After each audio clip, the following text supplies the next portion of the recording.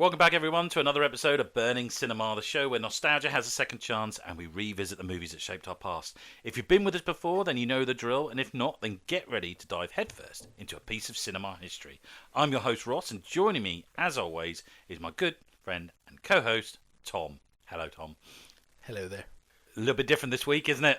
There's a little bit of a special, I suppose, isn't it? Yeah, I will first say Happy Star Wars Day, or May the 4th be with you. I don't know what the thing is you say or how you say it, but it certainly is. It's May the 4th, and it is Star Wars Day. That's been hijacked because of its name. I get what they've done there. And we at Burning Cinema are giving you, the listeners, something a little bit different. We're going to go off the beaten track slightly, and we're going to do something that, well, we don't like to be restricted, do we, Tom? We don't like to be have the restraints on. Because it is this Star Wars Day, as we said, we are going to review what is one of the Star Wars prequels. Yes, and indeed. that one is Attack of the Clones.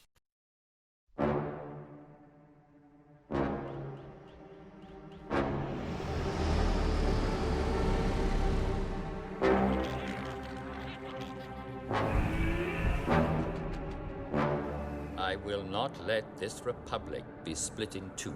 My negotiations will not fail. If they do, there aren't enough Jedi to protect the Republic. We're keepers of the peace, not soldiers. You know I don't like it when you do that. Sorry, Master. I forgot you don't like flying. Well, you've lost him. If you'll excuse me.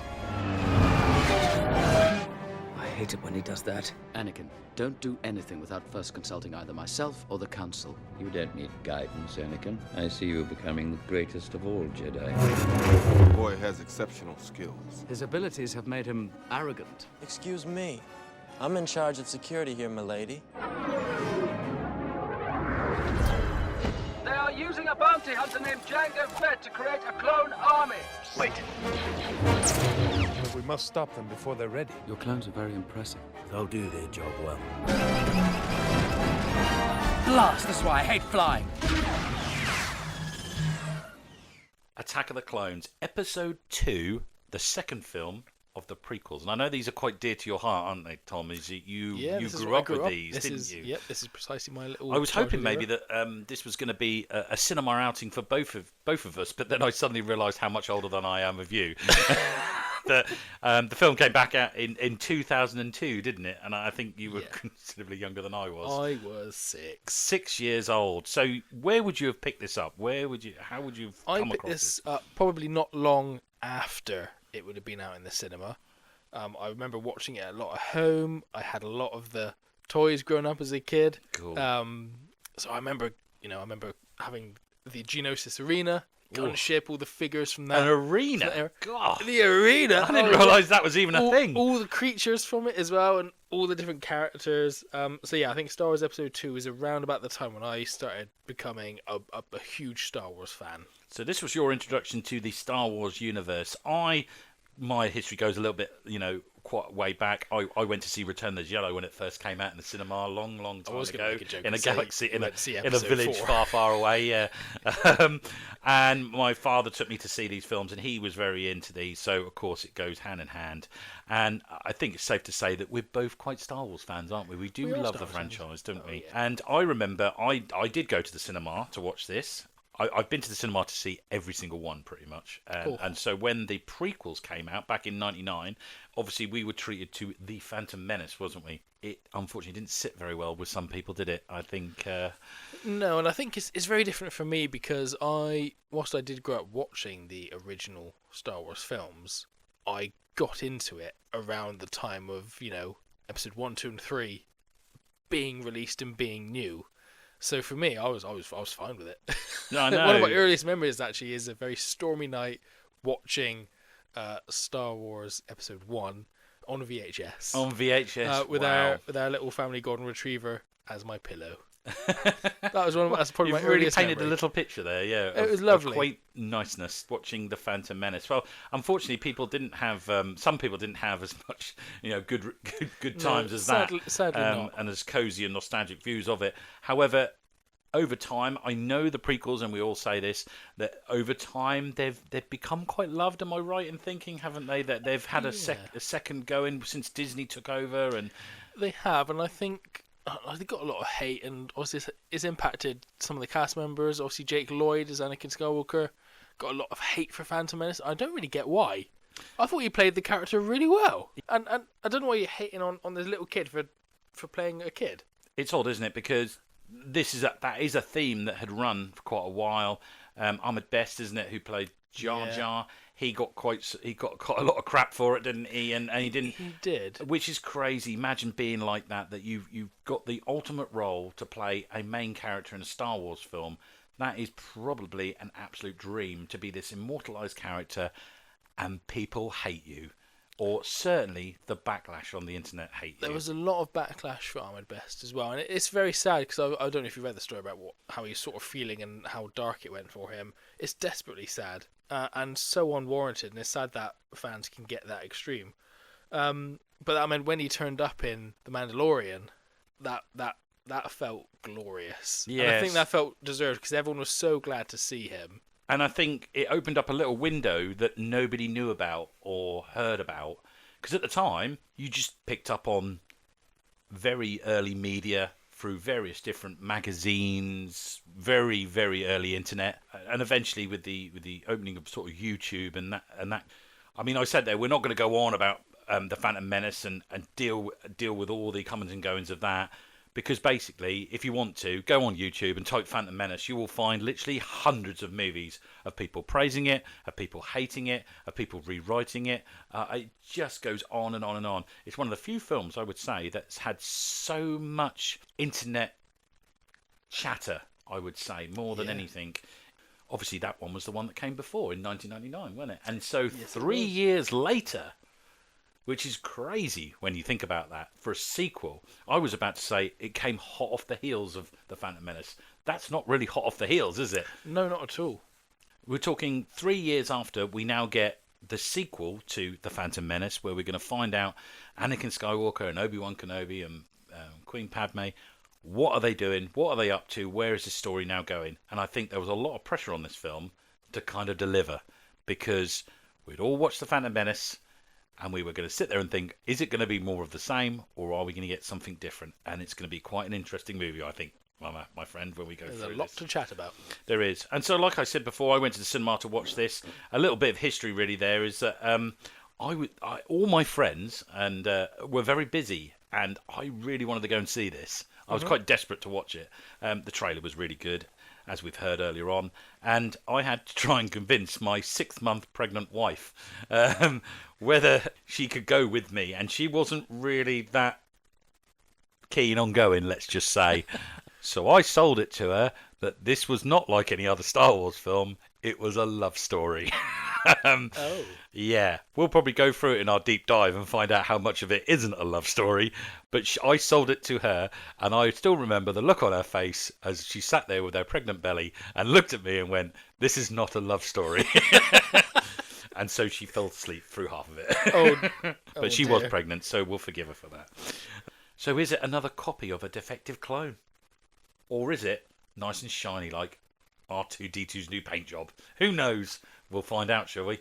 Shall we deep dive? Let's do it. Yay.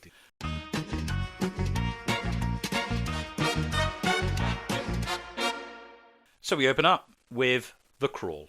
I mean, it's pretty standard stuff, this Star Wars, isn't it? Traditional. Now, pretty much here. Here's The Crawl.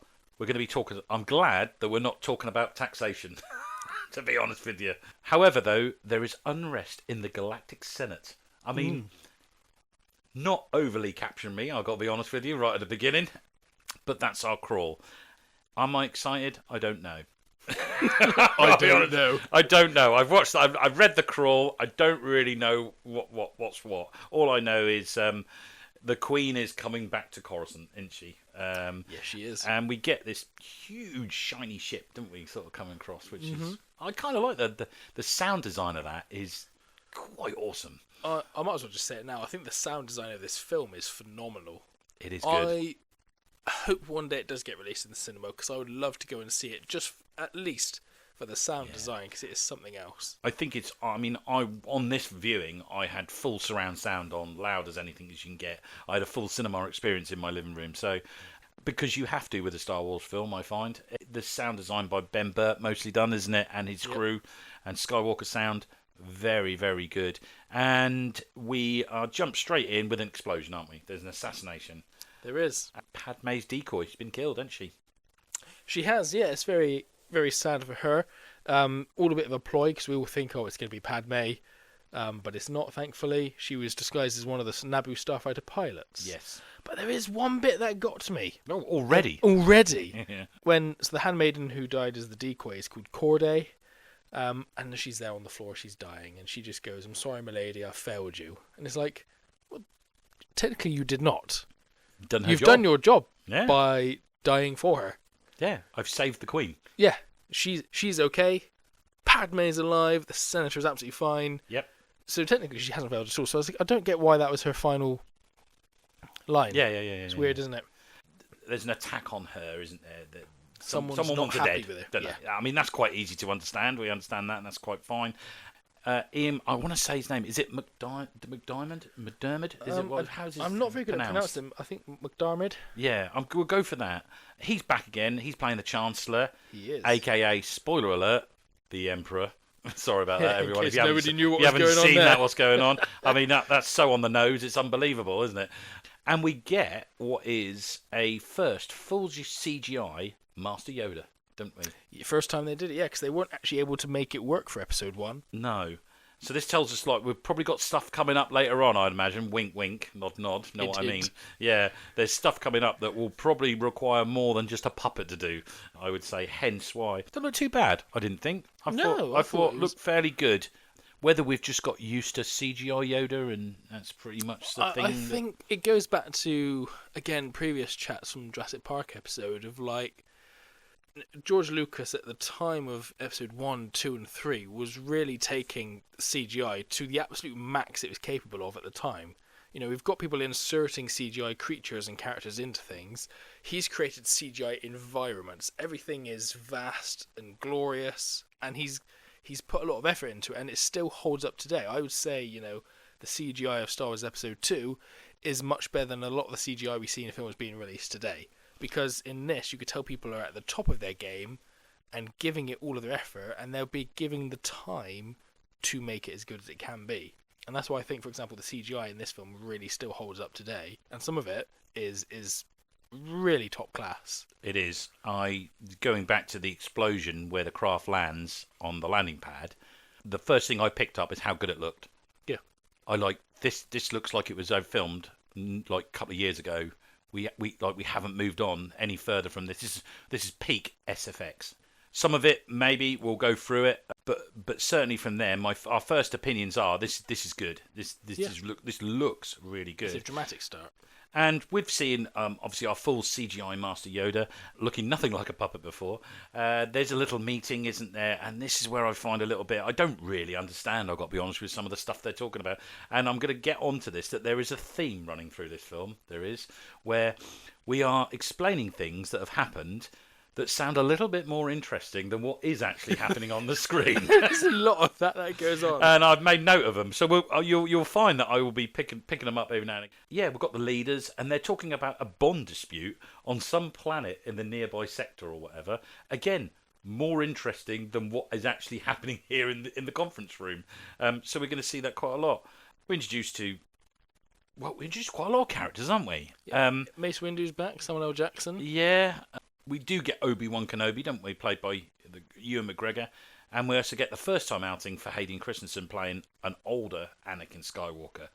Obviously, we meet them in a lift, don't we, or something? They're going somewhere, aren't we?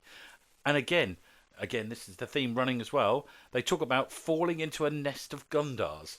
Again, a more interesting scene that I would like to have seen. And particularly if you follow on the Star Wars and watch the Clone Wars and you see what a Gundark is, you're like, hello, that does sound interesting. I want to know this story. Oh, right. So it's actually in the Clone Wars, the animation, you start to... A Gundark does turn up, and you start to go, oh, actually, now even more want to know what's going on, because that is quite a formidable beast. Interesting. Would have been nice to show it, but however, we didn't want to. I just laughed it off, and that was it. But I mentioned we're being introduced to many, many characters. I mean, we've only been on the screen for about 10 minutes, and I counted nearly 11 hellos and greetings and mornings of characters who we'd seen. 10 minutes, bearing in mind 3 minutes of that probably was the title sequence. Yeah, there's a lot of people coming and going. But don't worry, there's more on the way.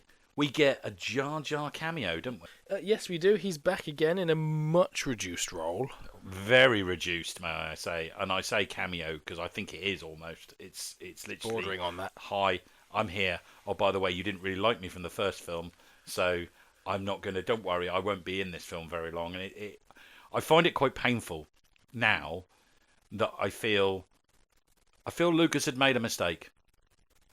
I think he should have kept him in. Now that's bold now, and I hear at the moment a million cries across the galaxy. I hear right, I do, right, who are going, no, Ross, you don't know what you're talking about. He's a dreadful. But I feel that Lucas should have said, sod ya.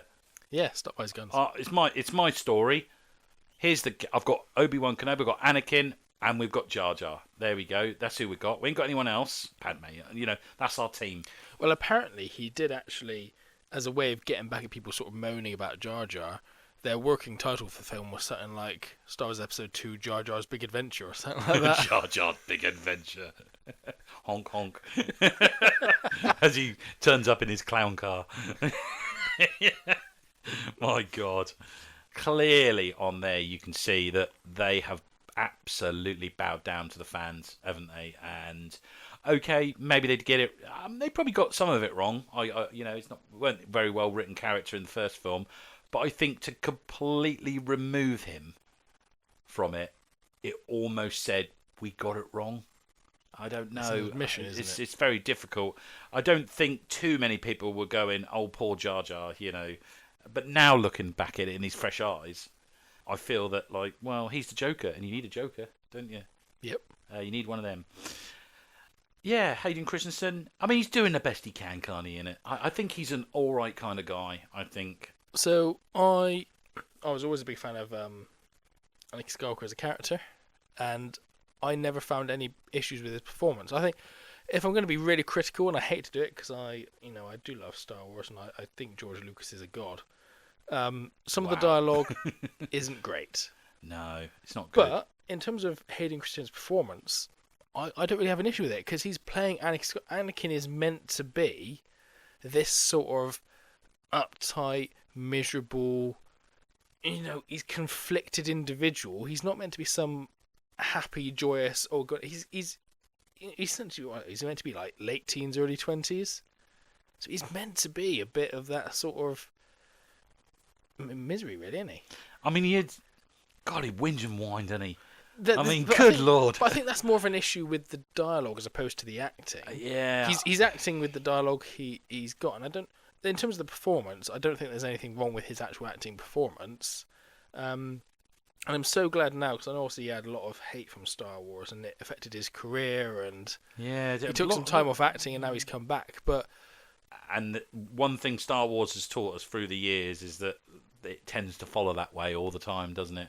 I'm sure if you went back to the 1970s and early 80s or whatever, there was critical eye over some of them of what are these films? These are nothing. They're just junk. They're rubbish, And they've become immortalised now over time. They're never without flaw. I'm never going to sit there and say Star Wars are perfect films. No, none of them are. No, whether you think Mr. Fight is the greatest thing in the world or not, none of these films are without a flaw. Yeah. But you just got to take them for what they are. Yeah. So we get weird bugs, don't we? So a further assassination on Padme's life, don't we? I did basic maths for this. I worked this out to be a sixth-hand assassination attempt. It's funny you should say that. I looked at that as well, so go on, go ahead. So basically, Newt Gunray, so he asks Count Dooku, who hires Jango Fett, who then sub-hires Zam Whistle, who then gets a droid, who then delivers the poisonous creatures. I mean, realistically, Jango Fett should have outsourced that, didn't he? Shouldn't he? He should have just like. Well, he did. Shouldn't even bother He did, but up. the person he outsourced it to then outsourced it to something else. Someone needed to cut the middlemen out, didn't they? Because that was a hefty price to try and. Yeah, I thought I was the only one who just saw that. I went, hold on a minute. There's this person and this person and this person who passed it on to them, who then eventually does that. But our Jedi Knights, they're all over this, aren't they? And we get this big old chase, which is probably our first big scene, isn't it? In this. I kind of love the aesthetic of Coruscant. Yeah, absolutely. I like when we get to the underbelly and into the sub-levels of the planet. It's very Blade Runner-esque, isn't it? It is, and we're properly exploring Coruscant and learning about the different people in it and how it exists and the different... we've got this big bustling city, then they go into some sort of industrial zone, then they've got this sports bar they end up in. A sports bar, It is a sports bar, because if you look in the background, I looked at the background, and there's some droids essentially playing American football. Isn't that the scene with the death sticks, isn't it? With the guy who's like, would you like to buy some death sticks? Any death sticks? I mean, I don't want to buy anything that's got death in it. So do you want to know what that comes from? God, you're going to get it, go on. So George Lucas is really against smoking. Right. So the idea is that a death stick is a substance that gradually, the more you take, it decreases your life. Right. So every one you do takes like time away from your life. Yeah. And he likens that to cigarettes. The more you smoke, the shorter your life gets. Right. So that's why you put them in there. To sort of the death sticks are cigarettes. I do quite like that. I find out the whole prequel trilogy. It's one that always raises a smile. It does, especially when it's that kind of using that force power, not quite for what you should be using it for, but at the same time morally right, isn't it? Yeah. And I love how he just says, "You don't want to sell me death sticks," and you see he flicks sticks. them away. Doesn't he? He puts it straight away, and he goes, "You need to go home and think about your life." I need to go home and rethink my life. He's gone. That's it. You always think, I wonder what happened to him. Such a random little scene, isn't it? Yeah. Like, it didn't need to be in there, but it was, and I kind of liked it. But I think there needed to be more of that sort of stuff. Is that these up and tight, stuffy Jedi are not quite up and tight and stuffy. It works really well. Yeah. I find the banter a little bit awkward between Obi-Wan and Anakin. Does it really work? I don't know. They sort of... Is it banter? It feels very forced, I do, on it. I want to believe that these two people are... I mean, even he says, "You're like a father to me," so he's not just a mentor, he's a friend, and I want to believe that. I think we don't really believe that until number 3, I think. But certainly not in this film. I feel that they're just coasting along. So I think that's fairly good. The bar scene and the death sticks, I love all that, and I love everything with this. And then we're back in the room again. We're always back in the room, aren't we? Chatting about stuff that I have no idea what is about, who anybody is, and they're all just. And I've got to get this off my chest. So we'll go to the Jedi Council, don't we? We've been to the Jedi Council before, haven't we? In the Phantom Menace. And for those that, I mean, you wouldn't be listening to this if you didn't know. You've got the Jedi Council. They all sit in a circle, don't they? They're the top level, because there's loads of masters who aren't on councils, and apparently I think there's like 5 different Jedi councils.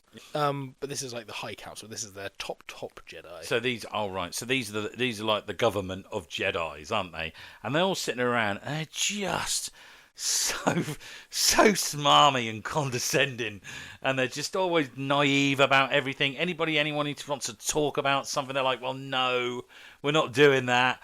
I mean, what a bunch of They are. They just are. They're sitting around. Fucking. They're just sticking around, right? Like anybody comes up with anything, or they make so many mistakes and so many bad things. You can't stop laughing now, can you? I just wasn't expecting that. Well, they are. That's how I feel about them. My face hurts. Unbelievable. I mean, yeah. Just listen to what people are saying. That's the whole point of a council, is to listen. No, you're right. They just don't listen. They're very arrogant. No, I don't think that is. Oh, no, this wouldn't happen. Oh, no, I doubt there would be anybody here. They did that in The Phantom Menace, didn't they? Yeah. When Qui-Gon Jinn says, "We fought a Sith Lord." And they're like, "I know, didn't." I think he knows. He was there. Them. He was there. Yeah. So that's a really good point. They just won't listen to anyone. No, will they? and we get this as we go along. Is this absolute naiveness of this council is shocking. Considering they're supposed to be the all-wise, wondering kind of beings, aren't they? They're very they seem to live very sheltered lives. Oh. Which is why I think it's interesting, the comparison of them to like Obi-Wan Kenobi. Yeah. Who then goes off to go, I need to go and find out about this dart and this bounty hunter. So he goes to find Dexter, doesn't he? Down at Dexter's little diner. This random guy who's clearly had a bit of a shady background. And apparently, according to sort of canon, that he knows Obi-Wan through being a former mercenary and explorer and served with Obi-Wan on some missions. And he's sort of this front of all wisdom. Now, you couldn't see, Windu or Yoda going down to this diner on, the low levels of Coruscant to go and get their information. Because you get the feeling that they're very we couldn't possibly lure us to go and do that. Obi-Wan's I'm going to go see my mate and go and find out. Because he knows that's where the information's going to be. He knows exactly. And Obi-Wan, I think, is a very good representation of what the Jedi should be. Flawed, and knows he's flawed. Yeah. But he does it for the good. He's open to that diner scene, though. I'm 50. I'm on the fence with it because it's clearly a 50s diner, isn't it? That's the, even the waitress is sort of hey, do you want a cup of Joe? And it's very much I see what he was going for, and it kind of works. I get it. And again, this is where Dax he tells him that he hadn't seen one of those darts since he was on Sub Terrell on the outer limits of doing some prospecting. Yeah, prospecting. And again, a better story. I'd like to tell me more, about this story. More interesting than what's going on while I'm watching it. Yeah. This is where the story really branches, isn't it? Oh. And we get a lot of cutting and coming and going between Anakin's Padme story and Obi-Wan's story, and it's very much back and forth. Obi-Wan's continues his investigation, and he's still not happy. He hasn't found this planet of where this dart comes from, and he's trying to piece it all together. And he's now had to go and ask Master Yoda, innit? And Master Yoda is taking a class, isn't he, at this moment? Of little Jedi Knights with little lightsabers. And I thought, hang on, is Yoda... He's the substitute teacher, isn't he? Let's be honest, isn't he? Isn't he? He has... Someone hasn't turned up, have they, for work for some reason? It's been a hard night on the tiles or something, hasn't it? And no one's turned up to teach his kids. So you know what it's like. The head teacher's got to get his hands dirty, and Yoda has rocked up to teach lightsaber 101 or whatever. I don't know. I would have loved if Obi-Wan Kenobi came in, opened the door, and there's Yoda with his feet up on the desk, and they're watching on TV a copy of Lord of the Flies. Typical substitute teacher trying to get away with it, isn't it? Brilliant. We're not going to read the book. We're just going to watch the film. I actually had a teacher do that once. It was my history teacher. His name was Mr. Langridge. I remember that very well, and it was coming up to Christmas, and we always just go, well, we're going to watch a Christmas film. And he went, no, I haven't got any Christmas films, so we're going to watch Star Wars. Nice. And that's how it began. Yes. What a cool teacher he was. Wow, love that link. But the kids in the class, they're more open-minded than the older Jedi, aren't they? Because they're one of them comes with a really cool suggestion to find the planet, which you feel like maybe someone else could have come up with. Yeah. But here's the interesting thing. Did you hear when Yoda tells them to close the blinds? He calls one of the Jedi, no, I think I heard this correctly, he calls one of them Liam. Liam? Is that specific to anything, or...? He just says, can you close the blinds, Liam, or something like that? Liam? Liam. That's not a Star Wars name, is it? No, unless it was just a little reference. Unless it was a reference to Liam Neeson. Liam, wouldn't he have to be, wouldn't he? You'd have thought so, yeah. That would be a Star Wars name, wouldn't it? Great, if you were Liam... How cool would that be? There you go, there's my bit in it. Look, I closed the blinds. I did in episode 2. Meanwhile, we get, again, a lot of... We would have come backwards and forwards floating around, but we're doing this in different order. We're off to Naboo, aren't we, with Anakin and Padme. And so R2's coming along as well, isn't he? So Anakin has been given a very simple task. Go to Naboo with Padme, keep her safe. Simple. How hard can that be? No, not hard at all.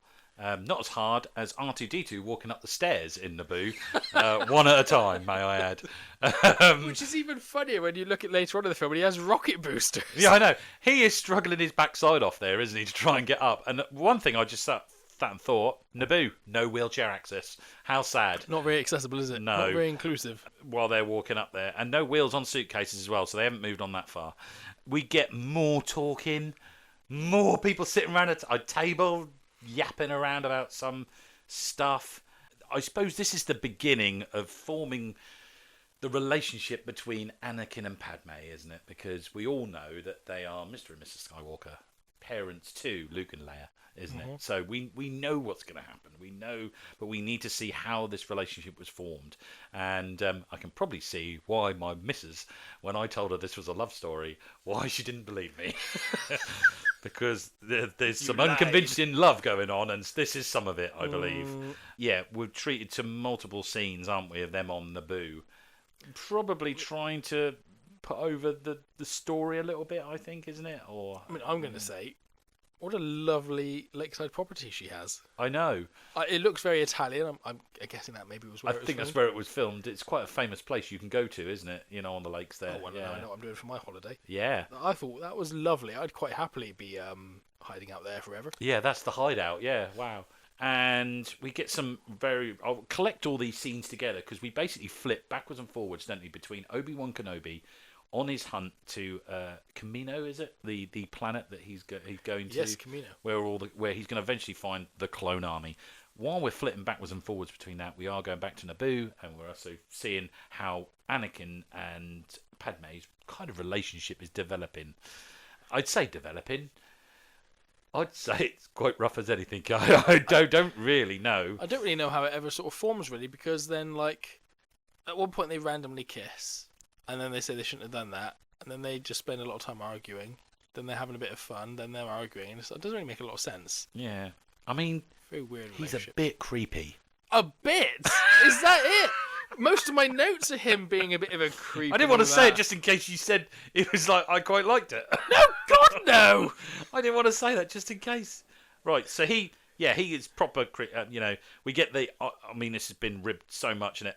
I don't like sand, isn't it? I don't think that's as bad a line as people make out. No, I don't think that's the problem with any of this. To be honest, she's talking about it, yeah, and saying, "Oh, we used to lie on the sand." That's blah blah blah. And he goes, "Oh, I don't like sand." And it's like, well, of course he wasn't. He was a slave on a desert planet. Yeah. So actually, out of all the lines, that actually makes kind of a lot of sense. I mean, he sits there. He's having a nice little picnic, isn't he, in the middle of the lovely waterfalls in the background. With quite cool CGI there and everything. But we go from some quite cool CGI to the waterfalls, and they're having a chat about dictatorship and democracy, aren't they, and everything. You're starting to get a feel of maybe there's a little dark side in Anakin deep down inside. They're trying to sort of show this. I don't think very well, though. And then, out of nowhere, we get some clanky or janky CGI with him riding what looks to be like a buffalo or something. Yeah. Some sort of cattle. Oh, dear, oh, dear. They're having a pear for dinner, I wrote. Oh, that was the most miserable dinner I've ever seen. It looked like a pear and some raw other pear, it looks like, doesn't it? Yeah. That's not dinner, that's misery. I was like, Jesus, he could have took her out for a nice steak dinner or something. Or at least... look at those big creatures that you're just riding on earlier on. Kill one of them, have a good old steak. Yeah. How have we not? Or nice barbecue. It's lovely weather out there. They could have had a nice out on the veranda, couldn't they? Yeah. And we're just getting all this kind of exposition from both of them. And basically, it's just him moaning and still moaning and whinging. I'm moaning and whinging about it, but he's just moaning and groaning that he isn't allowed to. It's like a spoilt brat. He doesn't. I'm not a relationship guru. Well, I'm telling you now. I'm pretty sure being a whiny little, moaning all the time, whinging, is probably not the way to flirt. I've got to be honest with you. I'm amazed because Padme, played by Natalie Portman, she is absolutely stunning in this, and I'm literally shouting at the screen, telling him to shut up and wind his neck in. You're sitting there, and you think you're going to lose it, son. You're going to lose it. She's going to say that's the door, you can leave, but amazingly she doesn't. Just incredible. Hats off to him in some weird way that he could woo her with all this whinging and whining and complaining. Who knew? Who knew? Who do? I mean, wow, yeah, unbelievable. So yeah, I mean, we'll come back to Naboo because we're flying backwards and forwards, but most of all now, we're heading to this planet called Kamino. I described it as basically Planet Great Britain. It's chucking down with rain and it's continuously overcast. What a miserable planet. This is a complete contrast. Anakin's having a lovely time. Yes. A lovely, beautiful, sunny Naboo, glorious meadows. Yeah. lakeside property. Obi-Wan's wishing he brought a coat. Yeah. Just constant rain. Wish I brought this big, large felt overcoat. Probably not the best thing in the rain. Could have been better, well fitted in outfit times. But we learned there's been a bit of some goings on. Oh, there's some stuff. And that comes to my thing where, again, a story that was much more interesting than the one we're watching again, where we talk about Cypher Diaz. Yeah, so he was a Jedi Master who's apparently ordered the creation of a clone army for the Jedi. But the Jedi have no idea about any of this, which is obviously very interesting. And how has it come about? How do they not know? Yeah. But Obi-Wan's there acting at Kaz. You know, I'm going to go and see, this is why I'm here. Show me what you got. She goes to see the clone army, and it is magnificent. Obviously, it's the first hint of sort of like what the stormtroopers would come from. And we meet the host, who is the bounty hunter he's been looking for, which is Jango Fett. Yeah, played by Tamira Morrison. Who I believe you have personally met. I have met him. Had my picture with him. Yeah. As a kid. Had a bit of a chat. Had a very, very brief chat, but as a kid, I thought, the coolest man I've ever seen in my life. And now, many years later, I still sit and go, the coolest man who's ever lived. Oh. I am such a huge fan of his. So this scene is going to be you're going to be close to your heart, this one, because this is the first time we see him, isn't it? We haven't met Jango Fett at all. But this is obviously big for Star Wars fans, knowing from episodes 5 and 6, Boba Fett is a huge character. This is his dad. Yeah, and so it's revealed. I think as well, when we see those scenes, when we see the clone factory, you know, where they're all being bred, and then they're all in some sort of mess hall, aren't they? And all having their lunch, and we're getting the two aliens are describing that they'll literally do as they're told. They'll follow orders, and they're basically giving you a rundown of how it all works. And then you see there's a couple of glimpses where they're putting the helmets on, and they're putting on what we call almost classic Stormtrooper, isn't it? I feel that this was the first time in this prequel, not so much from the first one, but from this one, with the exception of Jedi and lightsabers, we're starting to get Star Wars. We're starting to get Star Wars we're slightly familiar with. You know, this is an army, but it's not. It's to serve good, not bad at this time, isn't it? Yeah, which is, I think, well represented by the pristine sort of white armour, isn't it? Yeah. And then obviously he goes and has a chat to Jango Fett, the host. This is the man that the clones have been bred off of because they need to be exceptional soldiers, so he must be an exceptional badass, like a prime specimen to be chosen. Yeah. And yeah, I watching it. This is the first time I've watched episode 2 since I met Tamira Morrison, and oh man, it just hits a little bit differently now. Oh yeah, because now you've met him. Yeah. I think little kid me was just looking up, going wow, and I had various different Jango Fett figures. He was like my favourite character. And now looking back, I'm just like, I don't think little kid me could ever have comprehended meeting that man. That's cool, isn't it? Yeah. But he does, Jango has a little one-on-one with Obi-Wan Kenobi. You know Obi-Wan is like looking at him and he's working him out. But at the same time, Jango is working him out as well at the same... They're both on par, aren't they? And we'll get to that in a minute. He's not stupid. Jango Fett is a very intelligent man. He knows full well that the game is up. He tries to do a bit of a runner, doesn't he? So he goes to escape, and there's a couple of interesting bits I found from this scene. One, this was that the crew sort of said about this fight scene was that it was very different to anything else because it focused a bit more on the hand-to-hand element, which isn't something that's really been done in Star Wars before. It's always blasters and lightsabers, but this was, there was a bit of blaster lightsabers, a rocket launcher and that sort of thing, but it was a bit more hand-to-hand as well. Number 2, Obi-Wan can be a bit rash sometimes, can't he? Yeah. For example, he's been told to try and bring him in to question him, so he boots him off the edge of a platform. I know whilst they're tied together. I do love this scene, and I think it's the first time that we actually see that I felt, certainly from my point of view, that Obi-Wan had something to do.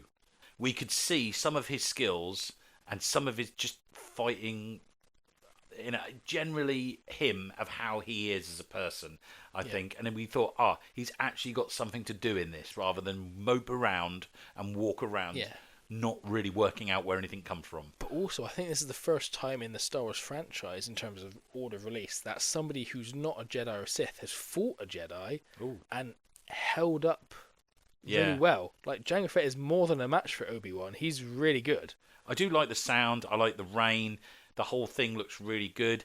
Yes, it's all CGI, most of it in the background, but I never felt it was, if you get what I mean. It's well integrated. None of any of that took me out of any of it, really. I like all the the choreographed, fighting and the flamethrower, and then his backpack. The sound design for Jango Fett's blasters is off the scale. I think that's wonderful, my isn't it? favourite sound.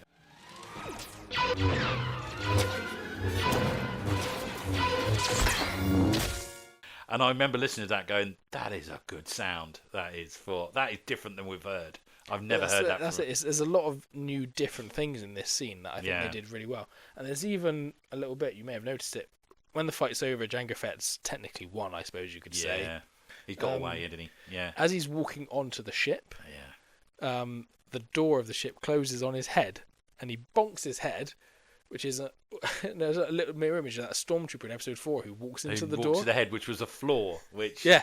Loads of people had not seen that until somebody pointed it out. So, and amazing how it never got picked up on. But it happened again to Jango Fett. I suppose it's a little nod, isn't it? To say maybe that's a flaw. I can't quite gauge how low a door is. They got all this super duper stuff and all clever, but can't work out how low the door is. I mean, they go out. Yes, we fly back to Naboo, sorry, and we flip backwards and forwards. But keeping on with Jango and Obi-Wan, there's a bit of a chase scene, isn't there, in space, in what is a kind of meteor.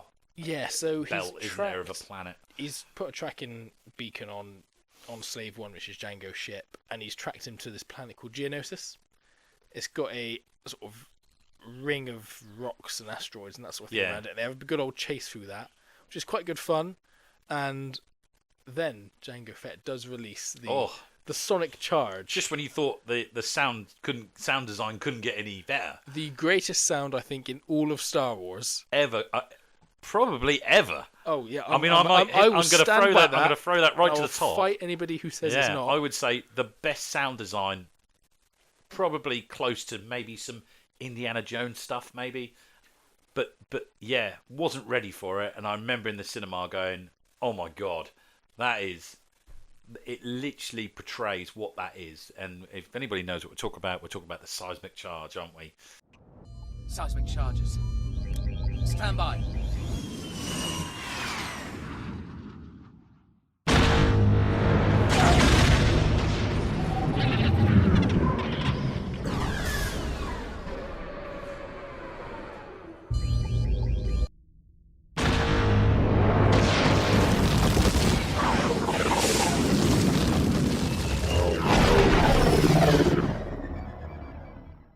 Drops these and it hits, and then there's this silence as the sound catches up with itself. And I believe it is created by Ben Burt on an electric guitar, isn't it? Which is absolutely brilliant. And you get the sense that Obi-Wan's a bit up to his neck in it, any with this. He's trying to keep out of the way, and it's these are sort of weapons that he wasn't really he hadn't factored in. No. But meanwhile, on the other side of the galaxy. And we do keep flitting back. We flit all the way back. That we've ended up going off, haven't we, on a side mission? Well, yeah. Anakin's had some nightmares, hasn't he, about his mum dying. So he goes back to Tatooine to try and find her. Anakin goes off. He goes to find, and he finds the Lars family, doesn't he? So you've got Klieg Lars, who's the man who married Shmi. But we also meet Owen and Beru. Yes. Who will become relevant in episode 4. Yeah, we literally. I feel that we had a tick sheet at one point. We were like going, right, Watto from episode 1. Who are we doing next? Aunt Beru, Uncle Owen. Yeah, we need to do them C-3PO. too. C-3PO. We need to do them as well. Tick, tick, tick, tick, tick. We need to do the desert. The Lars. What's it called? Homestead. Yeah, we need to do that. We need to film it in the little sort of alcove where the first. Oh, look at everybody! Look where we are. We're back. We're back, everyone. We're back. This is Star Wars as you know it, isn't it? And it really stinks of that. It does. Basically, we've got a lot of familiar stuff, haven't we? Stuff that Star Wars fans go, I know what this is. I've seen it all before. Yeah, and as I say, a tick sheet. And he finds her, doesn't he? Well, of course he does. Yeah. And naturally, she dies just as he finds her. And this is where he really sort of starts to really slip and slide on his journey to the dark side, for those who don't know what happens. Spoiler alert, he's Darth Vader. In case you didn't know. Somebody watching this going, what? But he then slaughters all of the Tusken Raiders, men, women and children, which for reasons unbeknownst to me seems to only make Padme more attracted to him. So I've got this on here weird. as well, that he eventually sort of confesses, doesn't he? As such, he's having a little moment and having a bit of a meltdown, isn't he? And he's saying that he killed them all, but he also killed the women and the children, Tusken Raiders as well. So he slaughtered all of them, and he's angry, and basically this is a massive red flag, isn't it? Like, hi, my love. All that stuff I was telling you about. I've been a bit cranky and a bit whingy and a bit whiny and a bit stalkery.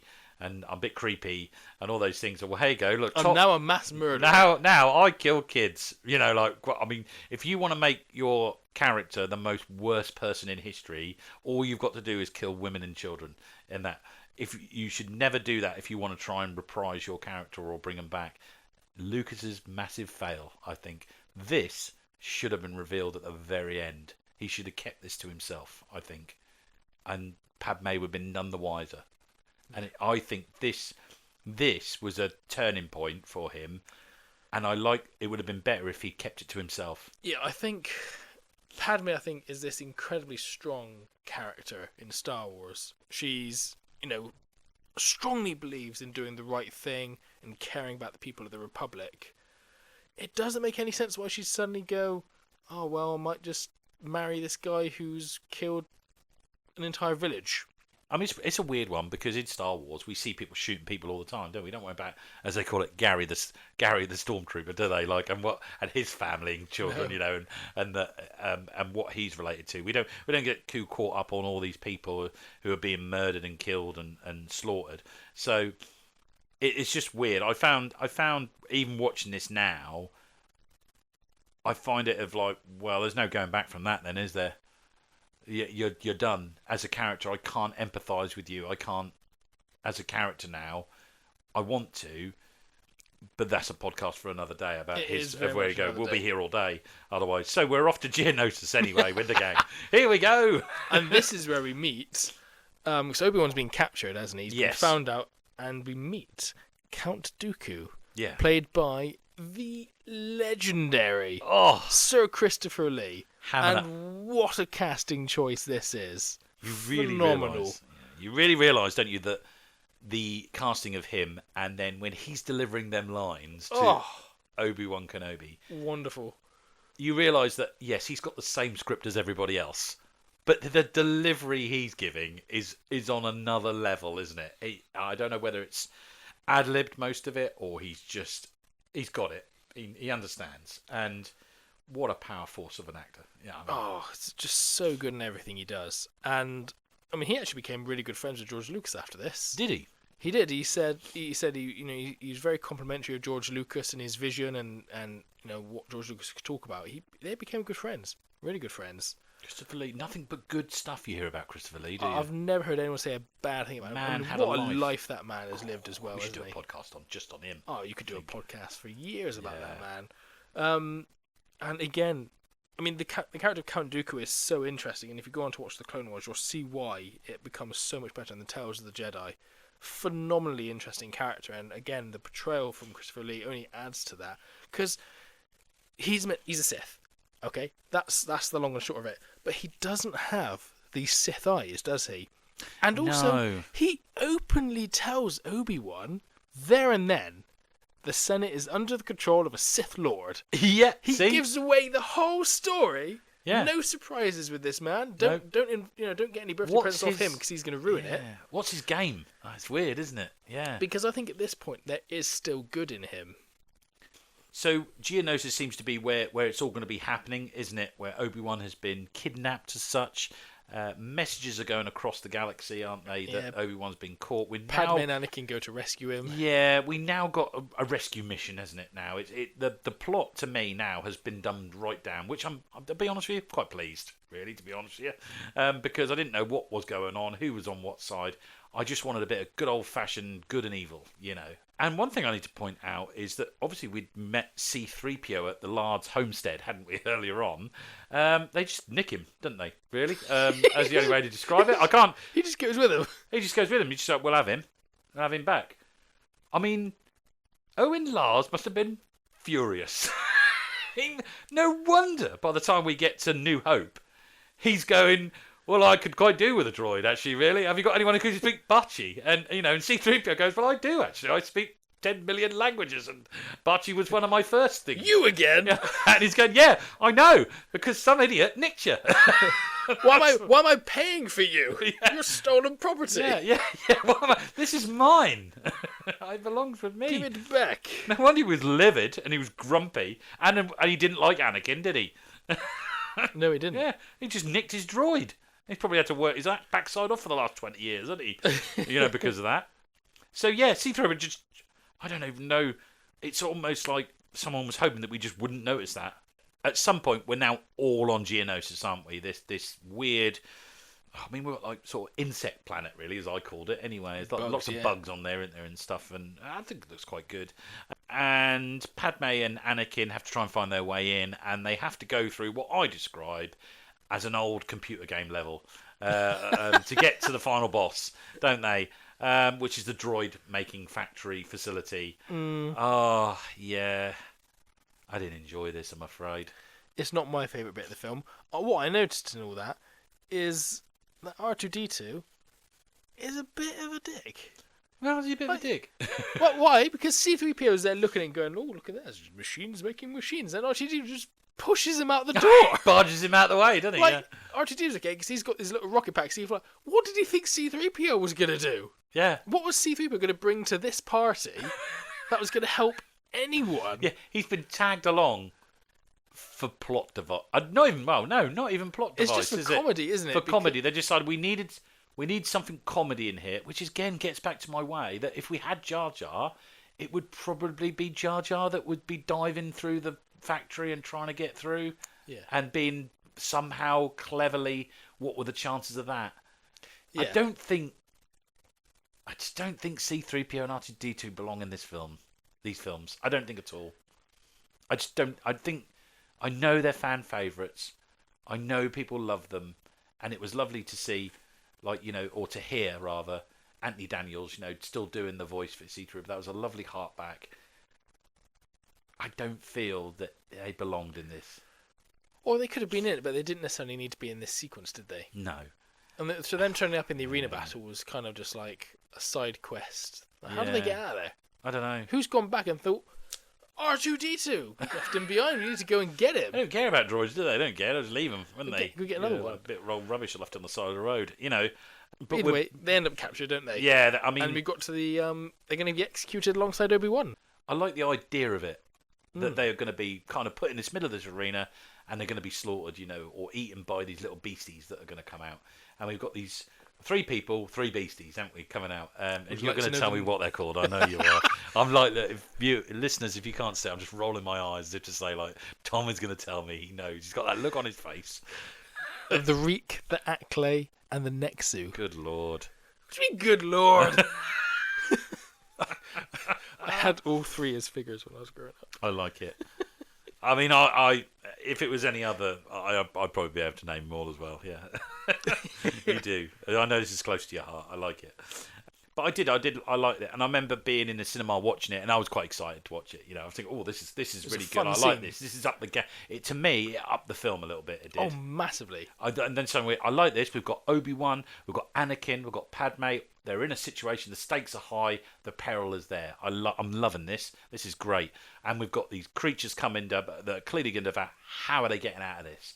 How? I mean, the whole arena is full of people cheering in it and bug-like winged creatures that are all giving it large. And you sit there and you think, yeah, they can't just run away because, they've got to either fight to the death like some sort of gladiator match, which is probably where it comes from, isn't it? Quite possibly, yeah, I think so. It's sort of harping back to those days. But there's a bit more coming in there as Samuel L. Jackson's going to I mean, he must have had something to do with that, because I think if I was him, I would have said, I want an entrance.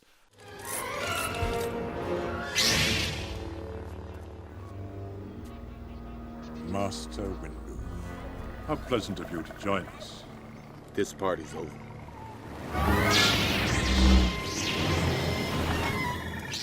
This is a dream for a Star Wars fan. We've never seen so many Jedi in action in one place, and we never will again. No. This whole scene is new. We've got an army of Jedi in action. We've got a purple lightsaber. Yeah. Big old war. We've not seen an actual big Jedi war before.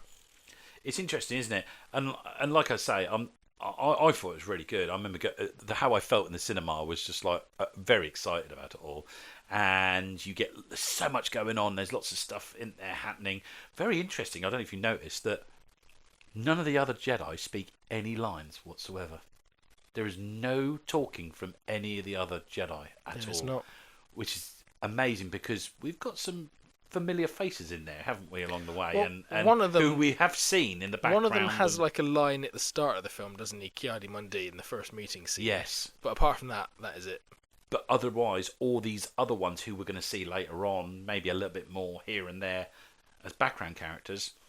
Yeah, we've just got our main characters talking, haven't we? And that's about it. Yeah. But they have this big fight, and Mace is going to fight Jango Fett, isn't he? Yeah. And unfortunately, this time Jango Fett can't quite beat him. No. But we're coming up to what is the finale. We call it the finale, yeah, really. While all this was going on, finale. We're going to get really basically what we've probably come here. And I'd imagine there weren't many people that would have come into this movie and not realised what we're going to watch at the end, which is, well, let's not beat around the bush. Well, it's Yoda, isn't it? The showdown between Yoda and Count Dooku, isn't it? So this is the big thing, is that Yoda is going to do his jumping frog thing, isn't he? And bouncing around, isn't he? Frog and I mean, what are your thoughts? Let's just focus on that. Or that this is the first time that we've been told that, you know, he was a Jedi Master. This is now, all these years later, we've all sat there and thought in our head, how is this little being, how does he fight? What are your thoughts? I think it makes sense.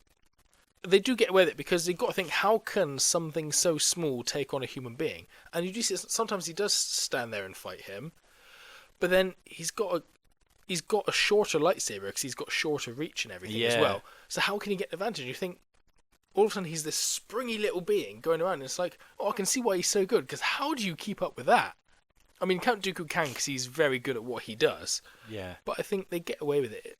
It's unusual. I think it's just because it's so out of what you expect. You see this slow-moving creature on a walking stick, and then he's suddenly like full of energy. I from what I can remember when I watched it the first ever time back in the day, I didn't walk out with that and laugh. I didn't think it was like, well, that was silly. No. Or that was like rubbish. I didn't feel it took me out of the film. And now watching it all these years later, I'm still the same. It doesn't. I don't think. I look at it and I go. I was thinking that maybe over time I was looking at it and I'd probably go, yeah, look, it looks a bit silly, doesn't it? Oh my God, what is this? But I don't feel it's the biggest thing that Star Wars fans complain about. I don't think. No. Which makes me feel that my saying what I just said, they got away with it. They did.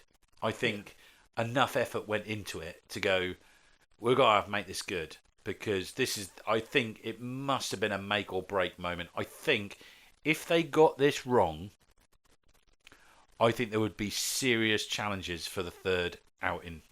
There would have been for this prequel trilogy, and I think they would have lost it. Anything that could have been salvaged from this film, this would have lost it. You'd have had the Jar Jar Gate, you know, and everything from the first one.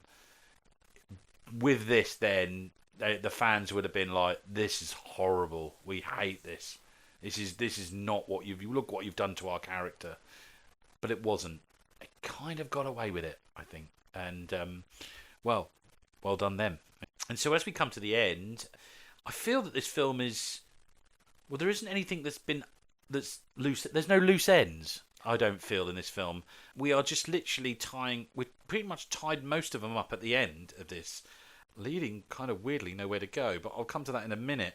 However, I do need to make a special announcement of the Jedi Council, as you know I'm very fan of.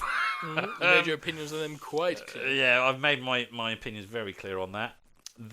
You got Mace and Obi-Wan having a chat near the window, and it's clearly late afternoon because the sun is setting, and you've got Yoda sitting in his little chair. But have you noticed all the other chairs are not there? They're like someone's cleared the room, haven't they? I was literally waiting for a man to come in, like a cleaner, and go, "Hi guys, you're going to be very long. I want to get in here," and like literally a Hoover to start up. And Mace Windu going, "It's all right. We'll be 5 minutes. We'll be gone in a minute. We're knocking off." Yoda, I need your chair, mate. Yeah, he's in there emptying the rubbish bin in the corner. I was like, "Who's left all this mess in the corner here?" Crisp packets and everything everywhere. Water on the floor. Has Kit Fisto been in here? Like, everyone's sliding around, putting a wet sign. It's just so weird. I never noticed it before. I didn't. And I'm like, yeah, it looks like it's like the end of the day, packed up. I was putting some chairs on tables, sort of thing, and and that. And then our final scene is literally, well, we're getting like Star Destroyers, aren't they? They look like, don't they? And we're getting some familiar shapes of spaceships and Clone Wars and everything. And yeah, Anakin and Padme get married. Oh yeah, at the end.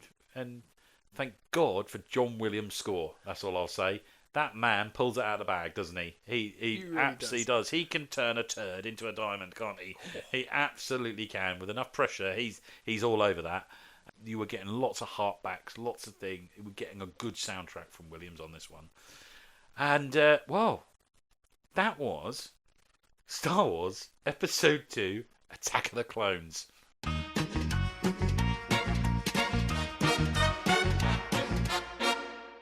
I mean, that's over. Good Lord, that was quite a deep dive, I felt. It was a very deep dive. Yeah, there was I'm outstanded by your Star Wars knowledge and names and everything. You've blown me away there a little bit. Mine not so, as listeners will hear. So actually, I think generally all over, there's some good scenes in this. I mean, I'll go what my overall summary on this is that I think, yes, we've got some good stuff. Is it too political? When I say political, I mean Star Wars political. Is there too much? Even so, in this, they haven't learnt their lesson from the first one. We're still sitting around a table, talking nonsense, all this sort of stuff. Great for die-hard audiences, not so nice for casual. And I put myself, whilst I am a Star Wars fan and I enjoy the cinematic universe that is Star Wars, I am still more of a casual observer than a die-hard fan. Whilst I love their the characters and the world building, it's great.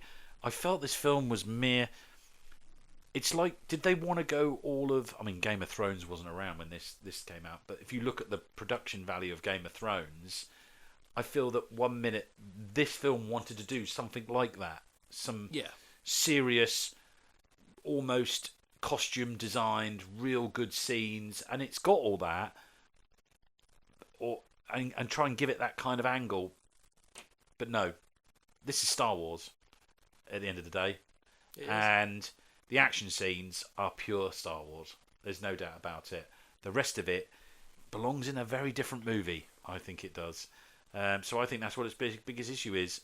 Does it want to make me watch the next one? No, I've got to be honest with you. Whoa, that's a bold statement. I know. It doesn't. It gives me. There are zero stakes.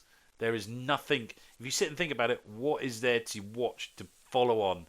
What am I going to watch? I don't know. I have no idea. Who's been captured? No one. Who's dead? Not really anyone. But the war's beginning.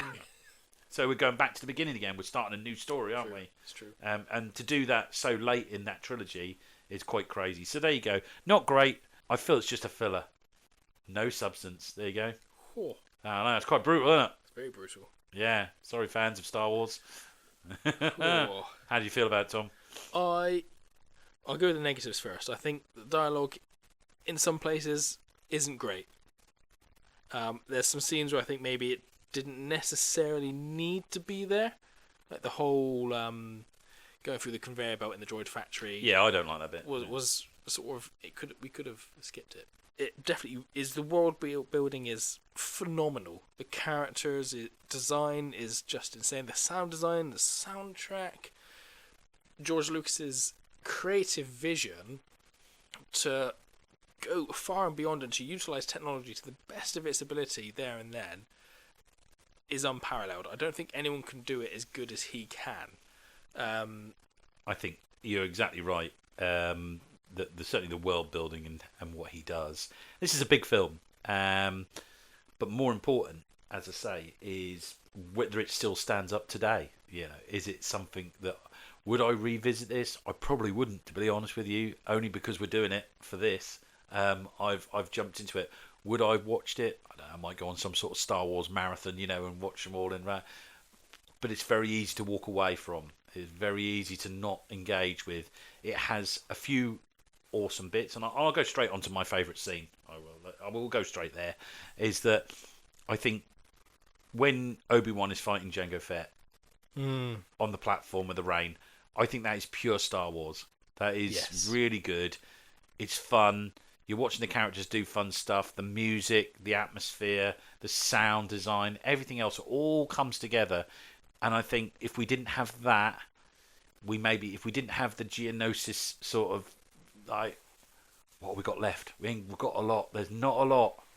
I find it hard to find a favourite scene because there's so much of it I actually genuinely quite liked. Yeah.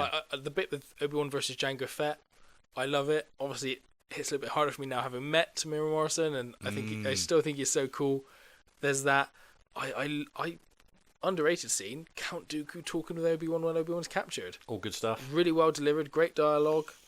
Interesting idea that he just goes and spills the beans. I did like the arena. The whole bit there. There's a lot. For me, personally, obviously, I suppose am I biased? I don't know, because I grew up watching this, and this is sort of one of my favourite films as a kid.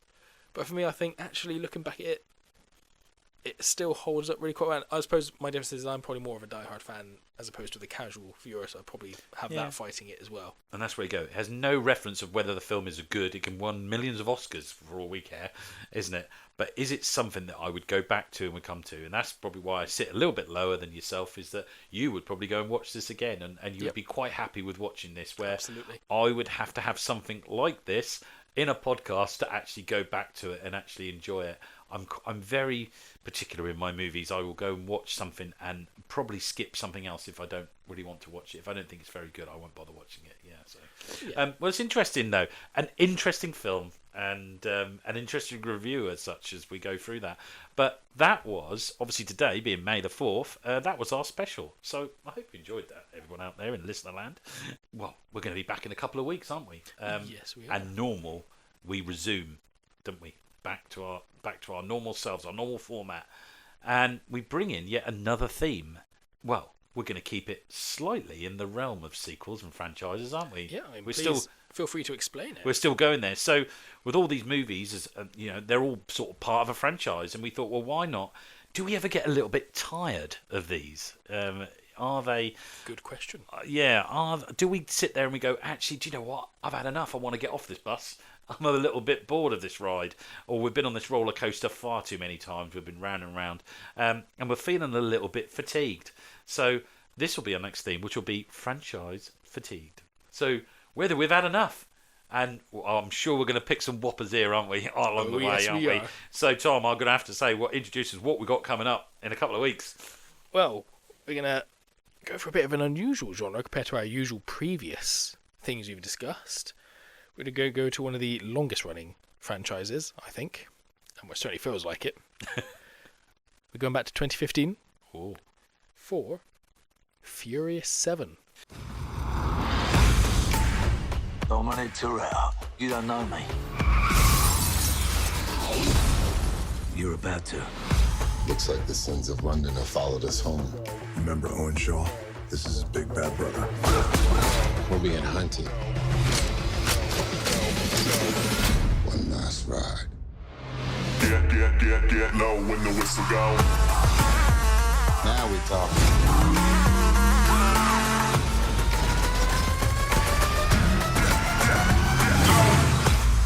Daddy's gotta go to work. This is a world that doesn't play by your rules. So there you go, everybody. You can see that in 2 weeks, on May the 18th, to be precise, on the Monday, where we'll be asking it, is it still fast, or are we furiously fed up with it? And remember, you can follow us on YouTube and Spotify and keep the date of all the coming themes and episodes on Instagram. Follow the link, send us a comment, keep in touch with us, let us know. And that's all we have time for on this Star Wars day. So all I will say is, I should say, may the Force be with you. May the Force be with you.